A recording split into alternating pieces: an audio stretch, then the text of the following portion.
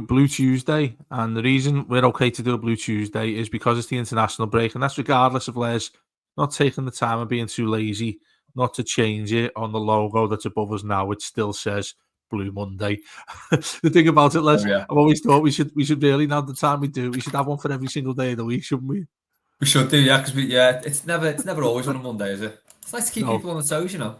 That's right, yeah, and you know, especially when there's an international break, I think it's nicer for everyone if we spread things out. And what came first yesterday, if you haven't listened to it, we'd implore you to do so in Byline with Matt and Paddy, which is as always it is anyway, a particularly interesting listen about what's going on with the ownership of the club and what bits and pieces might be happening. If you listen to Paddy and Matt, they go into real depth about what's going on over in Roma and how that might relate to what's going on or what is going to go on over at Everton and Bramley-Moore going forward. Me and Les are going to sort of continue on that and take it in a slightly different direction. Obviously, not to say this a similar show that what they were talking about. But I did a little bit of research this morning, and there's an emphasis on the managers. They've gone and sacked 3 inside the last year. I think it is Les over at Roma. Yeah. Now, that's their 10th manager since David Moyes left Everton, so 2013. So that's 11 years. That's their 10th manager in 11 years. We've had 8 managers since Moyes left. But if you were to include caretakers in Unsworth and Ferguson, it would also be 10. Now, the reason I've mentioned this first is I think people are seeing this as a little bit of a negative or concerned about them coming in. I completely understand that, given that their fans have had issues with them. You see a lot of, I love the way you've changed that. You can see a lot. There's a lot of similarities there. But I've sat there thinking, do you know what? I can see why that's a concern. I can see the fans aren't happy with what they've done off the pitch and whatnot. But then the other side of that, I think, and it's not typical of me to be this way, for many of our listeners would say towards me in the last decade about me not being negative. But I actually think there could be a positive in this, Les, because you sort of learn from what you've done. And I think coming to us, albeit it's completely different landscape with it being a Premier League scenario and a Premier League football club. But there's, like I mentioned there, the similarities in how many managers they've gone through. By all means, as well, it needs to put in there that they were successful. He went and won a trophy as well in recent seasons. Yeah, I was just looking at that. Yeah. Well, the thing that I'm sort of getting at is you wouldn't write off, or I certainly wouldn't write off potential owners coming in and thinking, do you know what, they're going to sack someone every 2 minutes or so. I know we'll go on to that to discuss it a little bit in terms of, you know, on what merit do you normally get rid of a manager and try and get somebody else in. We've discussed that a lot with Dyche being a common theme, hasn't it, throughout the season that started there. But I'm wondering what you feel there with what they've done at the club they're at. I mean, you can't surely, even though it's us, you can't surely think, repeating ourselves here where you've got fans who are irate about what we've done. You're not going to do that again at a club where you've already done it. So I get, like, if you to sort of like sit back, if you're them, the Friedkins, and you look back and you think, well, Everton's gone to shit because of what Moshiri did, because the money, ridiculous amounts of money they spent on players, which nobody really took a plan in how to do, Walsh and Brands and whatnot. There's that. We won't go down that avenue. And then also what they're going through at Roma right now, we're not going to do similar things to that. So to me, I've sort of got this feeling towards it, Les, that this could be an ideal time to get ownership in that have had their previous errors. Yeah, well, I think they came in and appointed Mourinho, didn't they? So it seems like maybe the biggest mistake. I mean, you can't call it a mistake appointing Mourinho when he wins the conference for you and you run us up in the Europa League. Take that all day. To be honest, no surprise who he is, Les. That's the other thing as well. People Mourinho's. It's no surprise when he does. He doesn't stay long. He comes in, succeeds, and then goes. I think with Mourinho, and I think probably most clubs, maybe except Chelsea, have sort of proven that you do need some sort of contingency plan for when he does go. Because if you haven't got a succession plan, you're a bit screwed, because he does tend to leave carnage. I'm not too up on what happened at Roma, but it looks like that could have been it. Because Daniel De Rossi got the job, then he got sacked. Even Juric got the job. He's just been sacked. it looks like that one could just be a case of we are massively underperforming here, because I think they're like 12th or 13th, aren't they, in Serie A, and I think they're in the elimination part of the Europa League, so they could be dropping out of that. So they've obviously just looked at it and just gone early and just thought, you know what, he's not doing it here, because they've had a consistent run of finishing about 6th, I think, at least since the Friedkins have been in there.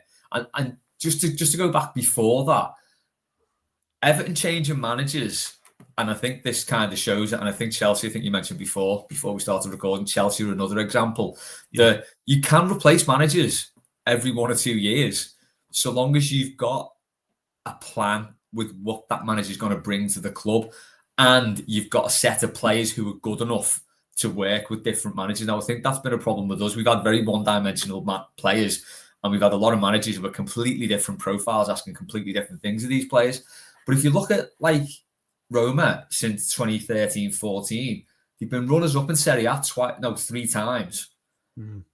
They got the Champions League semi-final in 2017-18. They got the Europa League semi-final in 2021. They were runners-up in 22-23 and then won the conference in 21-22. So I think if that's us, it's like, I'd be happy with that over that 10 years. But instead, we've had a load of managers come in who, you know, a lot of them just haven't been up to the job. You know, coming to a squad of players. I mean, Matt spoke about this a lot, hasn't he, saying we've got like a Frankenstein squad. And that could be the thing, that it's a big turnover of players who, in fairness, aren't actually that good anyway. So we've spent badly, we brought in the wrong managers, and it's not worked. And I think it's unlikely, or I'd like to think it's unlikely, that the new owners are going to come in and make the same mistakes as that. I think if you do look at them, what they've done at Roma, the wheels do seem to be falling off a little bit now. But that could all be down to not having a Mourinho succession plan. And it probably points to the fact that we shouldn't go anywhere near him, I think. Yeah, well, the concern over there as well, I think you'd have to take it into the context of what it is. You just mentioned there about the success in sort of, in relative terms over the years since we said like 13, 14. Success for Roma is different to success for Everton, given the predicament that they're both in right now. So they've gone and sacked the manager because they're mid-table in Serie A. You know, we're talking about many people wanting Dyche to go because we're in the same predicament largely that we've been in the last 4 years, in terms of you look like you're going into a relegation fight. That's different in itself. Obviously, many questions about when they get in. What do they come in and do? Do they go, head first and say, right, we're changing all this, see you later, Sean, we're going to completely go clean slate? Obviously, issue with that is they're probably not going to be here by the end of the January transfer window, so you're looking at going through to summer. I think the smart move then is you have to wait to summer until you make that decision. I think you're right in what you hinted at there, though, in terms of you start doing your plans now, you start doing your homework right now, thinking, right, here's who we're going to go and get, here's what the squad needs. Thelwell as well, his sort of future with the club's up in the air. His contract ends as well, doesn't it, at the end of the season? Yeah, it does, yeah. I mean, we could end up with no management and no players in summer. Well, the other side of what you hinted at there was, the Frankenstein of the squad. I mean, I think that's something you can refer to for most years with us, to be honest, since Moyes left. The concern there is how you change that, how you get a manager in this. Dare to say it, this is where I do have a lot of sympathy with Dyche. When he's come in there, I'm pretty certain 99% of that squad, even the one he's got now, aren't players that he necessarily would have. Now, we could argue it all day whether it'd be better or not. Most people would say it wouldn't be, to the squad he got in anyway, just to keep us in the league. But I do feel as if when you're looking at changing the entire structure of this, I mean, would you go as far as saying you've got to get rid of Thelwell because he's been here for a couple of managers now? Would you get rid of him? Obviously, the manager, I presume, would be the top of the list that they would get rid of him, because I think you've got fans on side. Pretty much every fan on side as soon as they come in, if they were to do that in the summer, Les. And then obviously overhaul of players, that remains to be seen in terms of what we can spend. So those three big facets there of when they come in, and just getting your thoughts on that with Thelwell, because he's been a bit of an enigma for me since he came in. I'm thinking, Has he been a bit crap, this fella? Has he just winged it a little bit? Has he actually brought in talented players? I mean, and also, how much credit do you put towards him? And how much you say that him and Dyche have been working together? Because that's always been a question mark about whoever we've had in, like Walsh, like, are they hand in hand with the managers, or are they not? Well, that's it. I think the important thing, if you are going to go down that director of football model, you've got to get a manager and a director of football who do work together and are looking at the same things. If you look at Thelwell's a weird one, isn't it? Because he's done some good things, but he's done some terrible things as well. Yeah. Like getting Lopez for 15 million was just bizarre. And even if you go to this summer, getting Jake O'Brien seems a bit mad, considering he's not getting used. Which then makes you think that maybe the manager and him, they're not working together at all. On the flip side of that, you look at Aston Villa, who got Monchi and God, isn't it? What's the manager's name? It's gone. Emery. What? Emery. Unai Emery. Sorry, yeah. You got Monchi and Emery in there who worked well together at Seville. And they've both gone to Villa, and Villa are reaping the rewards from that now. They look like a really, they look like they're where they belong now, and they're building on that. So you need to get the two of them working together, and I think probably the only way you do that is you let the director of football choose the manager. And do you trust Kevin Thelwell to do that? As I say, he's been very hit and miss. Or you get the two of them in at once. So it's two who's already worked together, or you get the director of football and say, right, who's the manager you want to work with? So you definitely need a partnership there, because as you say, that's something we've not had. Mashiri tried for Monchi a couple of times, didn't he? Didn't happen. Yeah. Got Steve Walsh in, got Ronald Koeman in. Ronald Koeman had no intention of working with the director of football. Steve Walsh wasn't the director of football, so you can't repeat that mistake. Got Marcel Brands in, went through a series of managers, sacked Marco Silva against what he wanted, basically, and it's all just been a mess. So I wouldn't have thought the new owners would replicate that, because I think it's actually quite difficult to replicate a club that's been as badly run as Everton for the last 6-7 years. Yeah. Weirdly, I think if you look at the sort of the succession plan with squads and building on a good squad, I think Roberto Martinez did it brilliantly. To build on Moyes' squad the way he did, he was quite lucky in the fact that he got Lukaku. He did the work to get Lukaku, but Lukaku was the striker Moyes had been looking for years and couldn't get. And then Martinez comes in and is able to get him straight away. So adding that to that squad straight away made them much better. But I think the players he added in and around as well, a lot of them, it did work. Like, McCarthy, Barry, players like that, it all made that squad better. Obviously, it turned to shit because he was a head case. But that is how you build on a team, isn't it? You look at bits of the squad and you add little bits of quality into an already good squad. In the summer, it's not going to be that at Everton. It does look like it's going to be a bit of a blank slate. Because if you look at the players who are out of contract, you can't see why you give many, if any of them, a new contract. The loan players, I can't see why any of them would stay on. Can't see why we keep Jack Patterson. Jesper Lindstrom, can't see why we keep him going on current evidence, although I've said he probably needs a bigger run in the team. So it's going to be a very different job to just building on what we've got, because I think for the first time, I think we touched on this a few weeks ago, we have actually got potential for a completely clean slate that's not going to bankrupt the club because you're sacking people. It is a natural change. So you would hope that coming in, the new owners are looking at this thinking, right, this is what I'd do. I mean, I know people say you need a little bit of continuity in a club, but I'm not convinced if the people there aren't that good anyway. I'm hoping they come in with a director of football and a manager and a list of players that they want, and then a second list of players that they want if they can't get the first.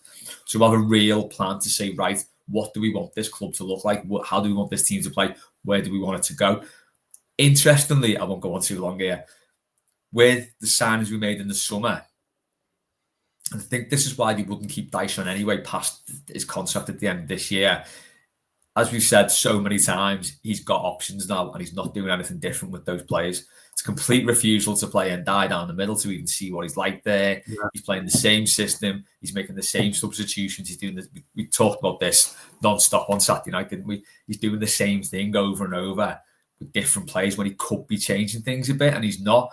Now, have those players like Ndiaye been brought in with a view to life post Sean Dyche? In which case, Kevin Thelwell thinks maybe, is it going to be life post him, or is he going to be on with these players as well?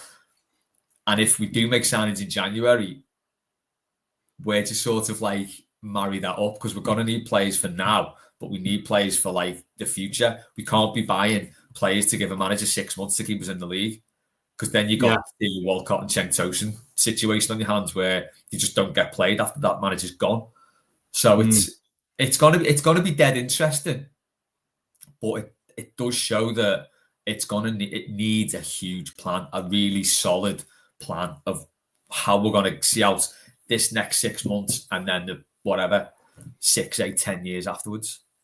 The point you've come out with there, I never really thought about, but it is really interesting when you think about what you do when you get to January, because well, I'd like to think Everton know whether the new owners are in or not.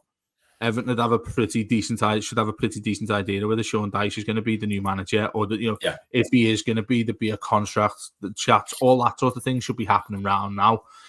With us, you don't know whether it would or not, but I think then, I mean, do you then take a step back and just you assess that league table and think, can we get away with another relegation fight or / needing to win on the last day of the season? Can we get away with that without signing or improving this squad? And I think that's a big dilemma for Felwell. And I think it'll indicate whether Dyche is staying or not, really, if Everton do much business in January. Because if he is staying on, you would think that we'd have a couple coming in.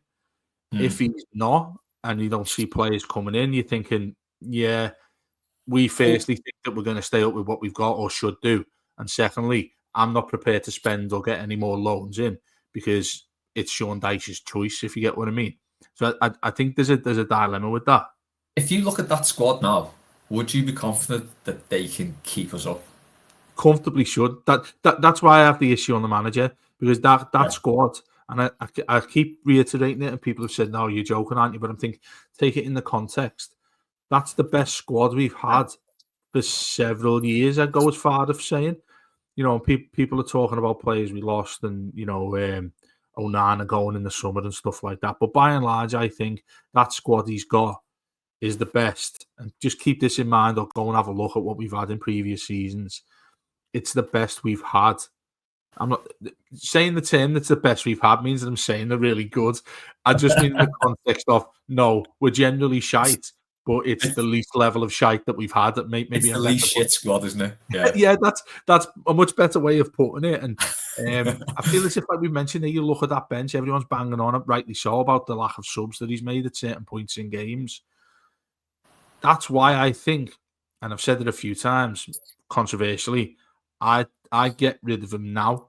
But obviously, the caveat that comes with that is the fact that you haven't got your new owners in, or perhaps you have, to make that decision. Look, it'd be crazy if he got sacked and the new owners aren't in to make that decision.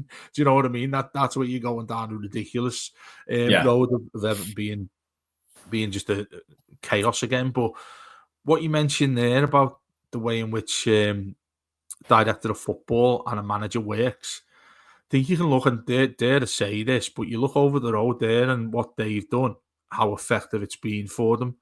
When they had that Michael Edwards in with Klopp, and right now they've got that new guy, Richard Hughes, is it? He's in with Slot.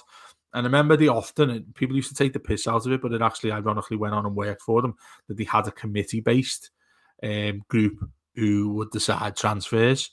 Yeah. I'm not saying that's what Everton need to do and reflect on that, but, take away the fact of who it is, which is hard for us all to do. It's had a positive effect to how they've gone about transfers. And then you think back even further to them. By no means am I a red who does a load of Liverpool history here, by the way. But if you go back those years under Rodgers, you think about the shite that they used to sign. Yeah. Do you know what I mean? Like when Balotelli, Benteke, people like that who come in. I think there's a slight mirror to what Everton have done in just terms of going, let's see if that shit sticks on the wall. And you know what I mean? Yeah, well, I mean, they even had their own terrible owners, didn't they? Nearly bankrupted. Exactly.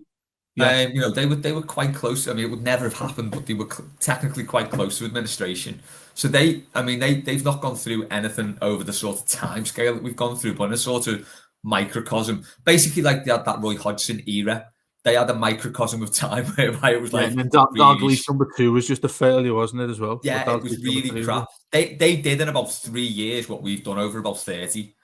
basically, but turned it round quite quickly because essentially they are a well-run club and a successful club, and that's just how it is, isn't it? And it does me head in, but they are like very well-run. You know, even if you look down to getting Slot in, he didn't pull up any trees really in Holland. I don't think. You know, he wasn't like one of the top managers over there. And I think everyone thought, I spoke to Coppites and they all thought, you know, they never dreamed he'd get off to a start like this.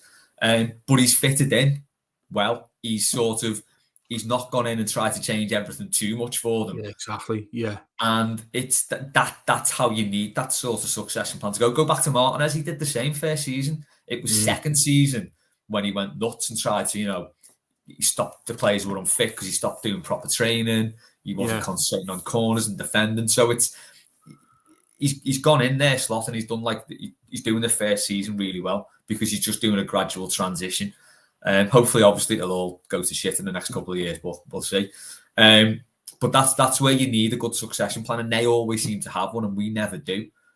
But I think that's spot on. What you're on about there is absolutely right. That if you're going to get your manager, and this is why Sean Dyche is not for Everton, because you're not looking at a new manager now. If you're thinking, let's go and sack him. If you're the Friedkins and you're thinking, let's go and sack him, or if whoever's at Everton who could do the job now thinking, yeah, we've got to get rid here. Immediately, you're looking towards another manager thinking, we can't get somebody who you essentially want to be the way in which Everton fans want Everton to play football. You've got to go and get somebody who can pick up the pile of shite that's been left. Like Dyche has previously with Lampard, Martinez and Benitez. And that, with that in mind, it's like, I do have some sympathy with how you go about doing that, because you're saying clean slate. It doesn't mean it's the most tasty plate, does it? Do you know what I mean? It doesn't mean it's a nice fancy plate to look at, because you've got a new manager coming in and immediately they're on the back foot, I think, because whatever the transfer market is for us and how much we're allowed to spend and players in which we can get, it's obviously massively up in the air. Sack Dyche, I think most fans are going to be happy. Who you go and get from then? I'm looking at that thinking, who do you look out there who comes in, bit of a pragmatic manager, will address what we have and can go with what we've got, which we seem to say all the time, that we will go with what we've got. That's going to be the really difficult concern of all this. And even though that sounds like a contradiction, that I'm saying you've got to get rid of Dyche, because Dyche is the only one who knows who we've got right now in the squad. The fact he's getting sacked is because he's useless the way he's utilised it. The next manager to come in, though, goes back to the point you made, that you start the building blocks of what you want to do going forward there. So if you get to a position where Roma are, or / Chelsea or similar, you've got a manager coming in. Look at Chelsea now. Manager, you've got Maresca's come in there. What's he picked up about 900 players. That's maybe a bad example, but he's come in and picked up a job where you know what level Chelsea are at. You know the job and the remit you've got. Everton's next manager that comes in is not really of that ilk, because at that point, are we still saying 17th and we're fine, and then you build from there again? Or are you saying, look, if he's not good enough here and we don't get in a mid-table finish, then you need to fuck him off and go and get somebody else? And I think that's such a predicament that the new owners have got, and that's why effectively they need to get in as soon as possible and have these plans in place. And then just to finalise what you said about that, is if you do that, Everton are able to build by. I mean, I'm not sure if you go and do that. If you're a director of football, do you start thinking, well, we've got this manager in, and put a load of predictions out there thinking, do you know what, this might be a potential time where we need to move on. But essentially the main thing is you've got what you need, like Slot has done there post Klopp, to come in and be able to crack on as best he can with what he's picking up. And look at that, it just looks seamless what they've gone and done. The problem we've got is every manager is reactive, isn't it? So I just looked at, we've had 16 managers since Joe Royle left, including caretakers, and I'd say 4 have been like a proactive choice who the club have actually wanted. So I'd say Walter Smith, David Moyes, Ronald Koeman, and Marco Silva. Everyone else has been reactive to the situation or what's available. I'd even say Carlo Ancelotti was a reactive one because he became available after Marco Silva went. It wasn't like we got rid of Marco Silva because Ancelotti was available. It was bit of luck. It was basically, wasn't it? He was available and he agreed to come. But that's like, that you can't just keep reacting to like what's going on and putting a manager in and going, oh shit, we need someone, right? You'll do. Because that's what we've done certainly with the last, three. Benitez was available and knew the area, so we got him, despite the fact that he just was not qualified for this job at all and should never have got it. Frank Lampard, it was him or that soft Ollies who wears the armband. It was one of them two, because Pereira. Oh yeah, where's the captain's armband? Yeah, it was either of those two, just because they were the only ones available. And Sean Dyche to a degree as well. When Lampard went, it was like, well, he's available, so should we get him? And you can't. That's just not like you just can't keep doing that, because I think, as you said a couple of podcasts ago, when you're circling the drain that often, you got to go down at one point. And if this is our fourth relegation scrap in 4 years, there are not many teams will survive that. And basically, you need the new owners need a plan to break that cycle. So they need to come in with a proper, fully formed plan, and that's why I'm a little bit loath to say get rid of Dyche now, because it's like, if we do, we either get a manager in for 6 months who's going to want an 18-month contract, and then that sets us back again because we've got to sack them and pay them off. Which hopefully, these new owners can come in and do without the necessary PSR infringements, because I don't really know how that works when a new owner comes in. Yeah. Or you ride it out and you think, okay, this should be enough to get us through, which I know is shit for our last season at Goodison. But if that was what it took to start with a proper clean slate and a proper plan at the new ground, provided we get through it, I don't see why we wouldn't take it. So it's really difficult for me, because it is caught in between this sort of thing of planning for the future and making sure we're not in the shit now. And that's the annoying thing. It shouldn't have been like this. After last season and a relatively decent summer with transfers, this should have been quite straightforward this season. Yeah, I think you're right there. I think and that's why I think the immediate question goes to Dyche when we're in the position we're in. We're playing the football we have, and it just looks dreadful. As a fan, that's going to be one of the main things you do. Your team does when you go on a Saturday afternoon. You're watching some decent footy. When's the last time you can say that about Sean Dyche? I mean, I've seen the ridiculous Bournemouth at 85. You get off. You had a box day. I've got quite a few questions here that people have asked us. But just going back on that is like, how many times would you think? What did you say? 16 managers, including caretakers, since Joe Royle. Yeah. How many of them were managers sacked just for the sake of sacking them? I.e., sort of, you've sacked them because you expect better from Everton, or or like Moyes have just left. Walter Smith had to go, didn't he? Yeah. Probably should have gone after Stramia, but I think he had another year, didn't he? And went after Borough. He did, when we got beat there. Martinez, he had to go. He should have got sacked before the semi-final for me. He comes just on him though. He comes with an asterisk next to his name for me, because he's the one of my main sliding doors moments who I'd like to go back to 2016 and think, what would he have done with Machiri's money coming in? Because obviously it came just after he was sacked. I just think he's inept. I think he'd have ruined us. I genuinely think if we hadn't have had Lukaku, we know it's all ifs and buts, but we'd have got relegated there. Yeah. Lukaku was the thing that kept him in a job. 100% for me. Because he was terrible. He was awful. Koeman, odd one for me, that. I'm not sure. First one since the money come in? Yeah, I'm not sure. I mean, he was a gobshite, clearly. But I'm not sure if things were as bad as we thought they were when he got sacked. But then I just remember that was it after the Burnley game, was it? No, it wasn't after the Burnley game. I can't remember what game was it after he got sacked.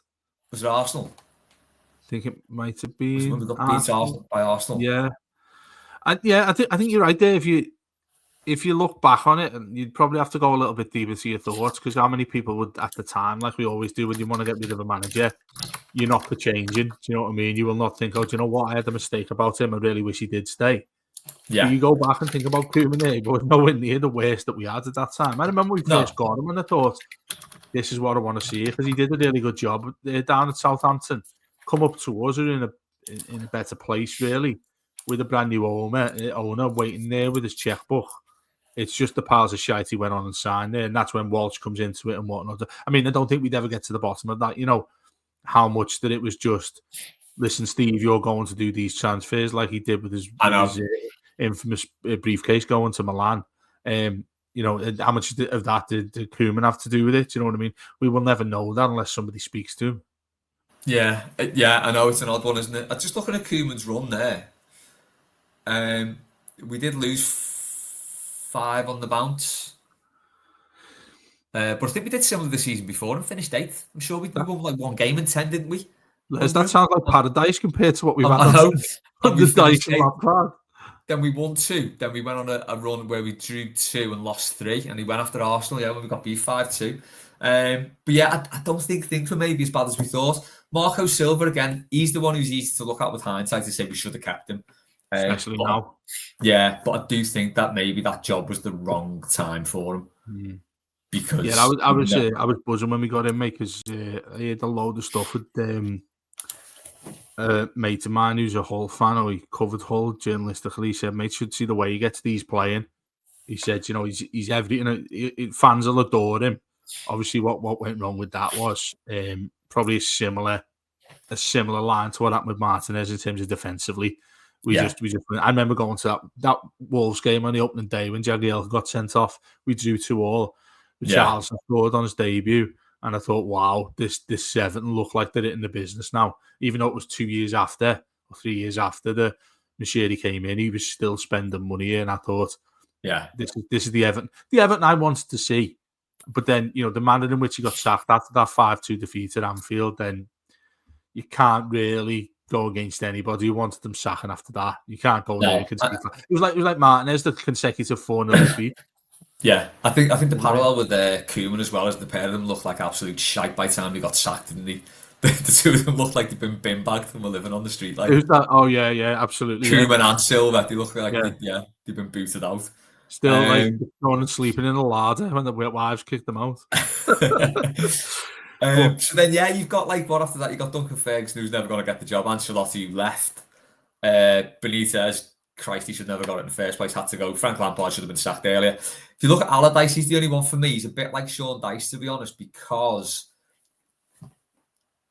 it's like with Dyche, like we've said, I feel like Allardyce didn't really do enough to say, I deserve to keep this job, did he? He was very much like happy to lose certain games, pick up points here and there where he thought we would, but wouldn't really, did just enough, basically, which is what Dyche is doing this season for me. Well, I was just going to say, sorry to interrupt on that, but with Allardyce, I have a bit of revisionism with him, because so many times when he was at Everton, the way we started playing, similar to what you just said there about Dyche, I was like, end of season, wasn't he? He had an 18-month contract, I think. He did, It wasn't just till end of the season. And the amount of arguments I had about people are like, it doesn't matter how we play. Lo and behold, we're like that now, as long as we get the results we need. It was always the game after it was the West Ham game, wasn't it? It was his first one in charge. He came in for Huddersfield. We beat Huddersfield, and everyone was saying that was his first game in charge. It wasn't. It was Unsworth's last game. Then we had Rooney scoring the hat-trick. That goal against West Ham as well, if you remember that. That was pure Allardyce. But now I go back and think, do you know what? Again, it was some of the things too with the relation to what we've got now. What would he have done if he stayed? Do you know what I mean? There's various moments. Obviously, you can go back and think on hindsight about the 16 managers you've just gone and mentioned there. But some of them are interesting. You think, do you know what? If he certainly wouldn't want Benitez for a minute longer, is sort of the thing that I'm saying. But with him, you're sort of thinking, do you know what? You have people shouting, saying, you've got to keep him. He's the best man for us to have. We finished 8th, didn't we, as well? Yeah, so the West Ham was Unsworth last game. Huddersfield was first. Yeah, I think we did finish 8th or something like that. The best finisher, something like that. Sad enough. Right, let's get to these questions anyway. Paul Max asked, in terms of Dyche, does he get the chop as early as possible, or do you think TFG will let him limp to the end of the season, end and save millions from having to pay him off, which is absolutely what he would want? I think they will. A lot probably hinges on this next month, doesn't it? I think if we get results in the next 2 games that we need, Who is it? Oh no, Brentford. Then it's Brentford, then Man United, then Wolves, isn't it? Yeah, and then I think in terms of home games, we've got that you would think are winnable. Obviously, the derby's up for whatever your perspective is on that. Given how good they look so far this season, but I think it's them, isn't it? It's Brentford, Wolves, and Forest are the three before New Year. Yeah. And the away games is just when it's like you don't even want to mention who we're playing away from home. Oh, we've got Liverpool at home as well, haven't we? Well, that's what I meant. Yeah, that's in the air in terms of they could come to Goodison and rip us apart, or we could do what we went and did in April. But the others feel a little bit more predictable, so to say. Like Brentford at home, that you've got to go and get 3 there, and Wolves at home, which is now a 6-pointer, you've got to go and get 3 from that.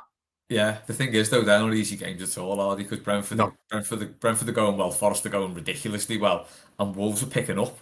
Yeah, and you can see the three of them coming and doing us. So I think it hinges on the results in those games, really. Do you reckon you can go as far as New Year with this? I think so. Yeah. Even though, do you think the people? Do you give him?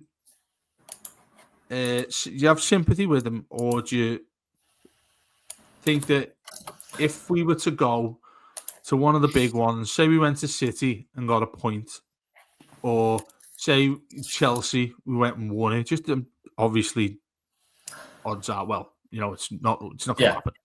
But if that was to go and happen, is he then prolonged what people think of him? I don't think it's necessarily what people think of him. I think what the owners will see.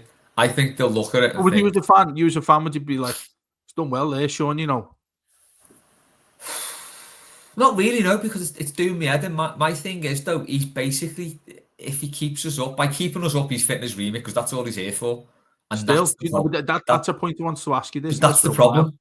Is obviously it's top of the list. You've got to stay in the Premier League, but the arguments and discussion we've had a lot, which just seems to be the common theme, is that all he should be doing? Is that all he's going to offer us? I don't think so. And this is my point about Allardyce as well, because that was his remit and he finished 8th, and then he had no intent. He would never have had any intention of building on that. He's quite happy to just come in and do what he does. And I feel like that's what Sean Dyche is like. And that's the problem. That is his remit. So we give him too long, essentially, then? And he won't be pushed on that. That's like, because he'll think he's a point a game manager, isn't he? Basically, that's his sort of his past and his style. He'll get you a point a game, which is generally enough to stay up. So I think, to all intents and purposes, he's fitting his remit. And I think so long as he's doing that, I don't think he'll get sacked, because it's like, it's depressing, because, we should be aiming a little bit higher than that, especially after how sort of relatively well last season went in the end. We should be you always should look to build on the previous season. We're not doing that now. But I think until it's looking a bit terminal, I don't think anything will happen. The reply to that question from Go Ahead Lid, best name ever. He says, is it plausible that Dyche doesn't pick up a single point during December and January's run? He's a good lad, Go Ahead Lid. Yeah, I think so. I think it is feasible. Because even those were winnable games. Another message. Thank you. So, and a pastry, look at that. What a life. What's going on here? Getting table service. Lovely. Toffee Tuesday is well better than Blue Monday. Matt asks, Matt G has asked, does it look like you, like it looks like me, that the fella in the dugout is on autopilot and the players are bored of listening to him and know he's on borrowed time, and will he be gone when the takeover happens? We've sort of gone through that part. I think it's a really interesting point, that I mean, I think even when this is a little bit tedious maybe, but when you see the club on the official channels putting out pictures of the players in training, well, they don't put the pictures in training, like, because I think everybody would be down to Finch Farm as a mob, but they show you them when they're walking off the pitch, then the views of them and all that. Yeah. Did you notice they never show them on the pitch, by the way? I think they've learned a lesson of like, we can't show anyone what's going on here. Or either that or Dyche said it. But as they're coming off, and I said this, I think it was last week, and all of them looked miserable. They look like I don't want to be here kind of thing. And the one of them at the front of the queue there was Tarkovsky, who I've had quite a few issues with in the last few weeks. So I sort of get that, I mean, body language is everything, many people, isn't it? And, we mentioned this about Calvert-Lewin, which you could debate all day and night. But I do get what he's hitting at there. Yeah, same. I don't look at that team that goes out onto the pitch, both at Goodison and away from home, thinking, "Whoa, these lads look like they're well up for this." First 5-10 minutes, they're throwing in challenges all over the place. You're seeing these lads proper up for it. We'll see that in the derby, but that's the thing that infuriates you just as much. You'll see it in the derby, but will you see it anywhere else? Probably not.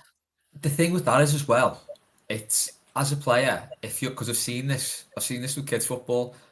If you tell the players to go out and defend, they hate it. They look bored. They can't stand it. Does the heading. You've got to tell them to go out and play to the strengths at least.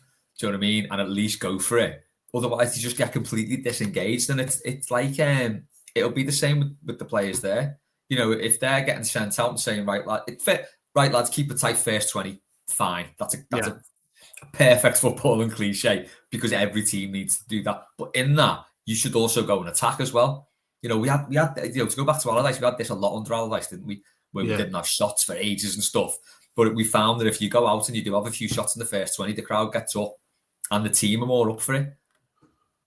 And that's what you need to do. So if they are getting told to go out and just sit deep for the first 20, defend the width of the box, just be solid and compact.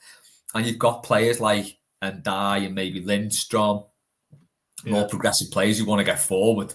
It's going to do the heading, isn't it? You haven't seen that from Dyche really because he just tries to do stuff anyway, no matter what. But if your instructions are always to just defend, soak it up, then you're going to get disillusioned with it. So I can't fully see that, and I do think I'm not sure if he's on autopilot. I just think he's on a default, and that's it. That's all you're going to get out of him.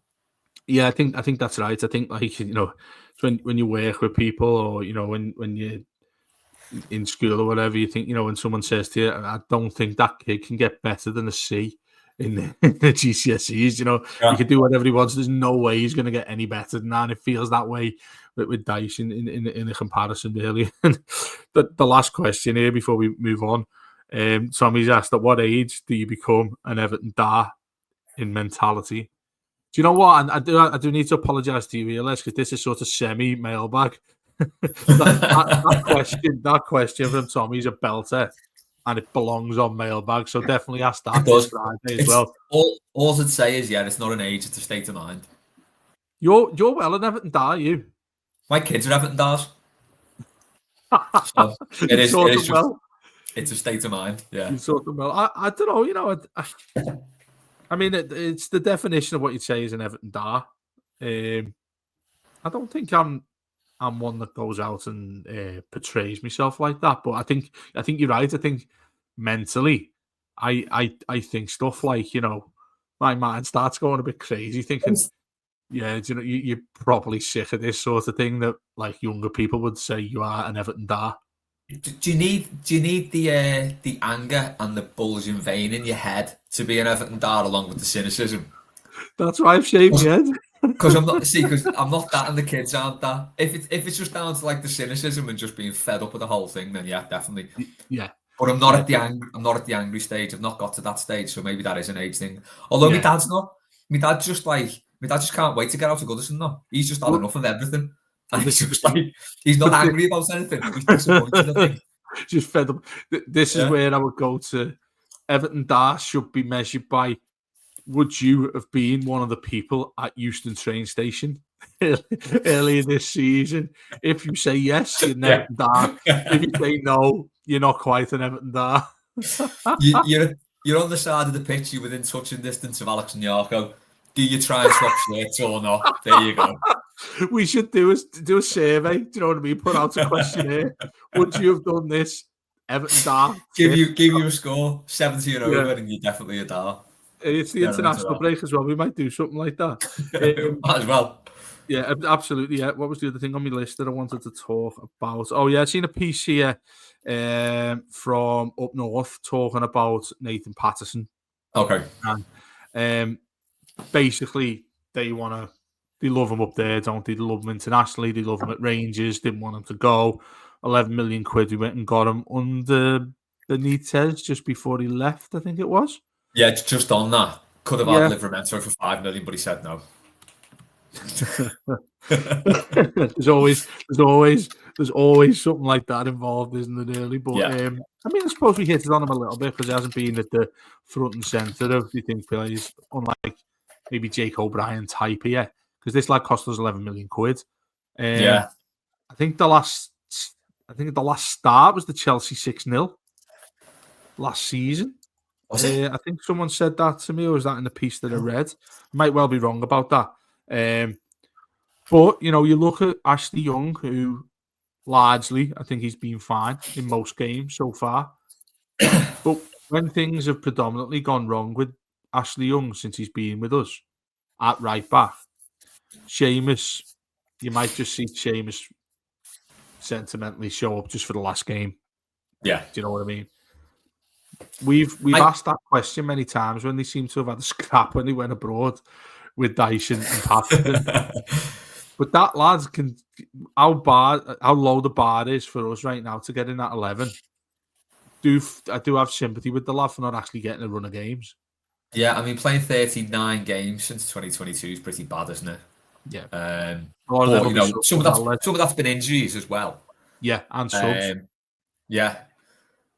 But I think for me, it's definitely time to give him a go at right back. And I say this because I think Mykolenko's been the problem, to be honest. Now, if we're playing Mykolenko, why did I go Spanish then? Mykolenko. Are you? Mykolenko. Next to Branthwaite. Right. If he got better last season when he was playing next to Branthwaite, because Branthwaite elevates a lot of players in that defence in the team. So I suppose we need to see how that goes with Branthwaite back in the team. But I would say there's definitely a case to ship Ashley Young across to the left-hand side now.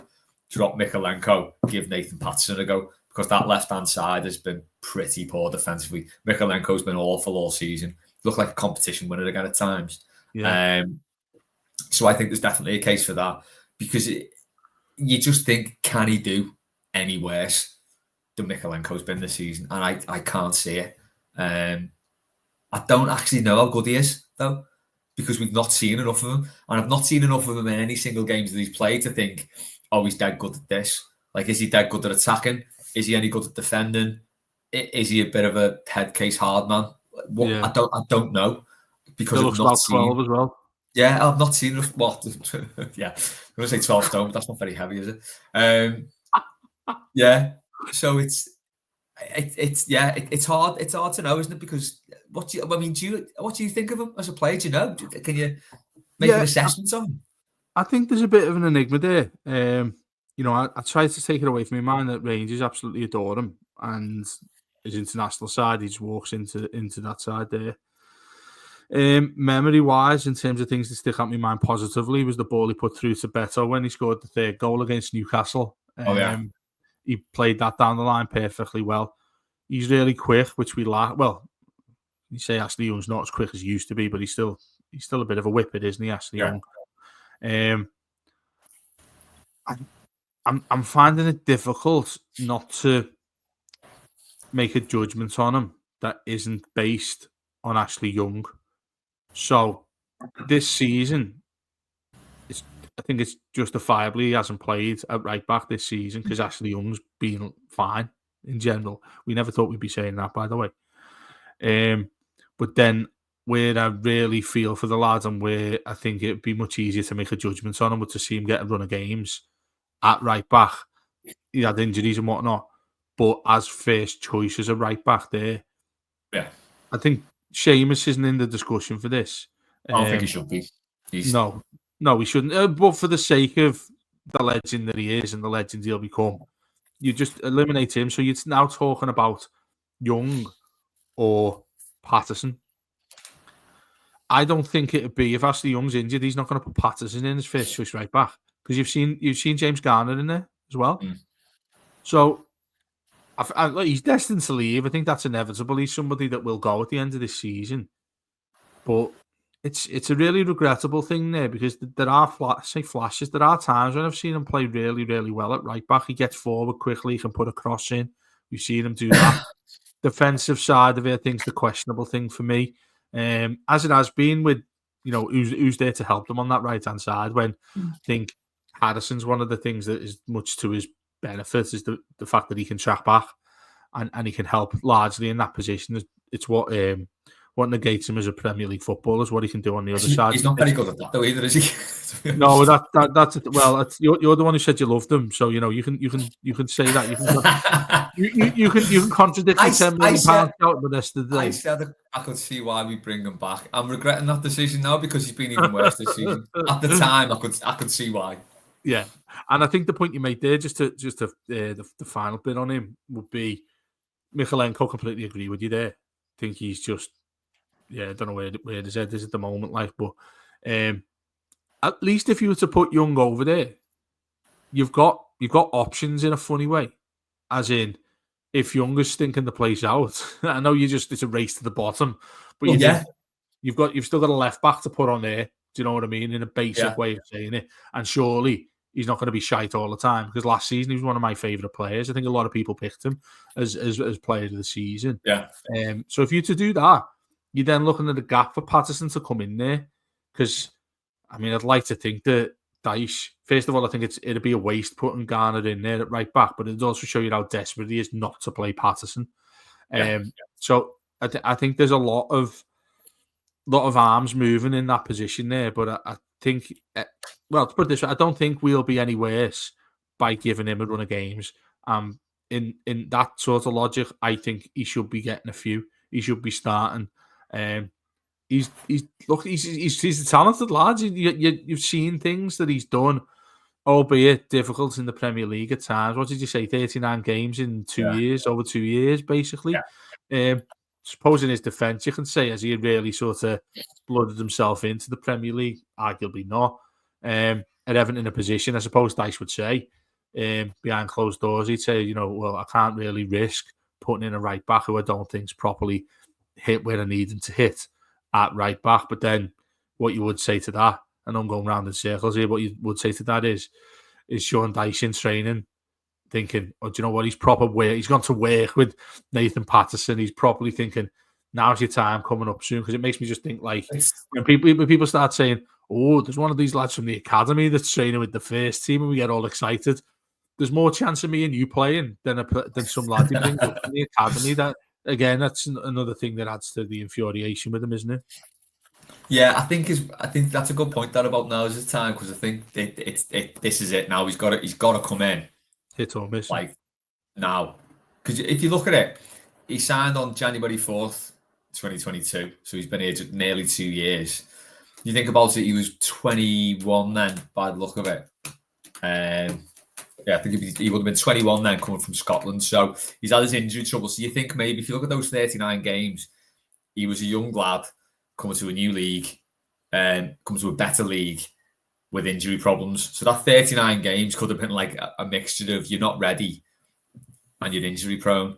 Now, one thing you can say about Dyche is, if you look at Calvert-Lewin, he got him through his injury troubles there and he plays consistently. Still shit, but doesn't get injured all the time now, does he? He plays all the time. Now, if you can do that with Nathan Patterson, he's got to come in now because he's 23 and there's no excuse that he's not ready. He's got to be ready. If he's not, he won't be ever. So I do think that, like you say, he's worth a chance because why not? It can't be any worse, really. And now is the time in his career where he needs to take that chance, or he's gone. And I'd be happy to see him have a go. Really, just as you say, to give us more options, so we're not stuck with just Mykolenko on the left. Because even if Patterson's stinking the gaff out and he's getting rinsed, you can then put Ashley Young back over there and put Mykolenko. So it does give you a few options. They're not great options, but as you say, they are options. So yeah, I agree. I think he's got to come in now at some point. Don't think he will, but exactly. And again, that's another downfall of Dyche's, isn't it? Not to even have a look at that sort of thing, because, well, he's that stubborn. But anyway, we bang on enough about that. We'll come to the end there, Les, about everything that's going on at the moment with ownership, what could happen, what possibly will happen.